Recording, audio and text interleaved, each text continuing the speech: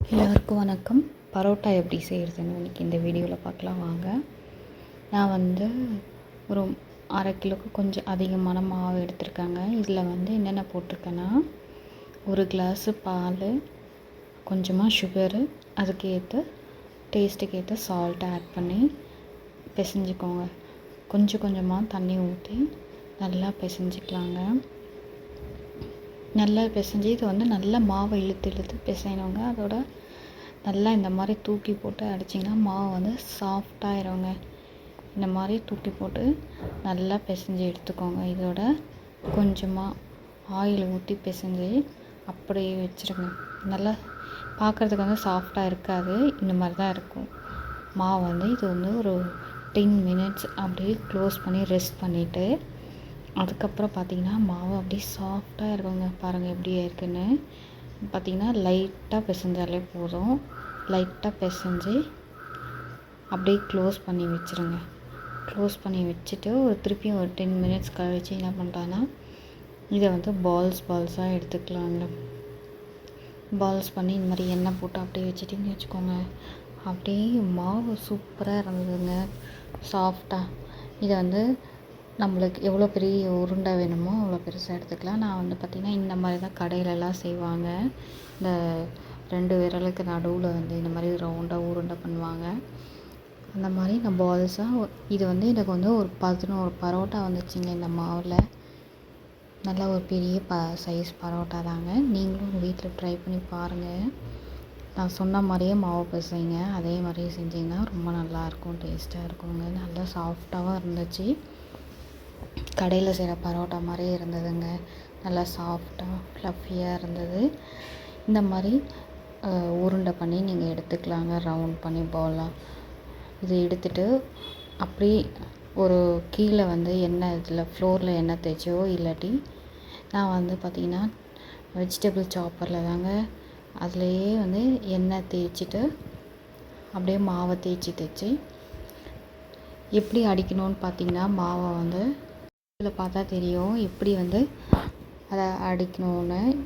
நல்லா ஃப்ளாட் பண்ணி விட்டுக்கணுங்க. மாவை நல்லா தேய்ச்சிட்டு ஃபுல்லாக எவ்வளோ உங்களால் திரட்ட முடியுமோ மாவை நல்லா ஸ்ப்ரெட் பண்ணி விட்டுட்டு இந்த மாதிரி நல்லா திரட்டி எடுத்துகிட்டு லைட்டாக எண்ணெய் போட்டு இது பண்ணிக்கோங்க. அப்போ பார்த்திங்கன்னா மாவு நல்லா தேய்க்கிறதுக்கும் நல்லா ஈஸியாக இருக்கும். நல்லா தேய்ச்சிட்டு இந்த மாதிரி பாருங்கள், 2 கையும் இந்த மாதிரி பிடிச்சி அடிச்சிங்கன்னா கடையில் செய்கிற பரோட்டா மாதிரியே நல்லா இருக்குங்க. இதை அப்படியே மாவை 2ஆக இது பண்ணி சுருட்டி வச்சிடலாங்க. நீட்டாக ஒரு அடி அடித்து அவ்வளோதாங்க. துணி துவைக்கிற மாதிரி தாங்க இது, வேறு எதுவும் இல்லைங்க. சூப்பரான பரோட்டா ரெடிங்க. இதை அப்படியே எண்ணெய் போட்டு தேய்ச்சி சூடான கல்லில் போட்டு எடுத்தோன்னா பரோட்டா ரெடி. இங்கே ஹைதராபாத்தில் பார்த்திங்கன்னா பரோட்டா கடையே கிடையாதுங்க. இங்கே தமிழ்நாட்டில் தெருக்கு தெரு பரோட்டா கடை இருக்கும். ஆனால் இங்கே ஹைதராபாத்லேயும் பார்த்திங்கன்னா தெருக்கு தெரு பிரியாணி கடை தாங்க இருக்குது. பரோட்டா கடை எங்கேயோ ஒரு இடத்துல தாங்க கிடைக்குது. இதுக்கு அதே கிடைச்சாலுமே வெஜ்ஜு குருமா அந்த மாதிரி தாங்க கிடைக்கும். நம்ம ஊரில் மாதிரி வெரைட்டி சால்னாலாம் கிடைக்காது, நான்வெஜ் சால்னா.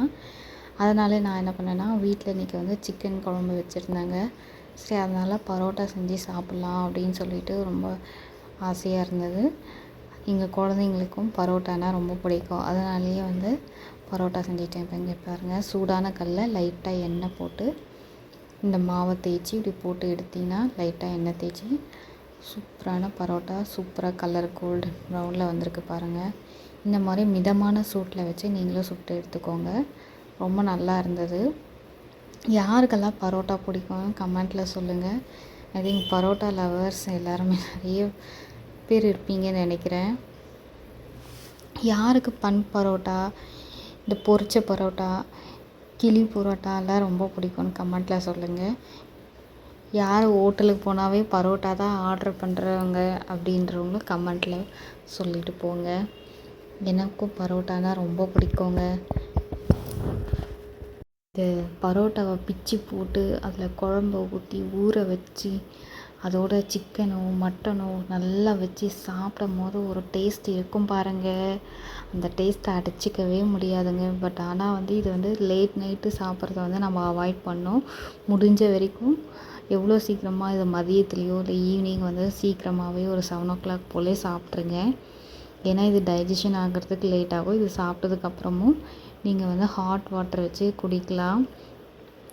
இல்லாட்டி ஜீரக தண்ணி இந்த மாதிரி வச்சு குடிங்க. அப்போ தான் இது வந்து டைஜஷன் வந்து நல்லா இருக்குங்க.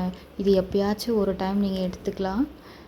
பரோட்டா வந்து அடிக்கடியும் சாப்பிடாதீங்க, ஹெல்த்துக்கு வந்து நல்லதில்லை. உங்கள் வீட்டில் இதே போல் ட்ரை பண்ணி பாருங்கள். ரொம்ப நல்லா வந்துச்சு. பால் சேர்த்து ட்ரை பண்ணுங்கள்.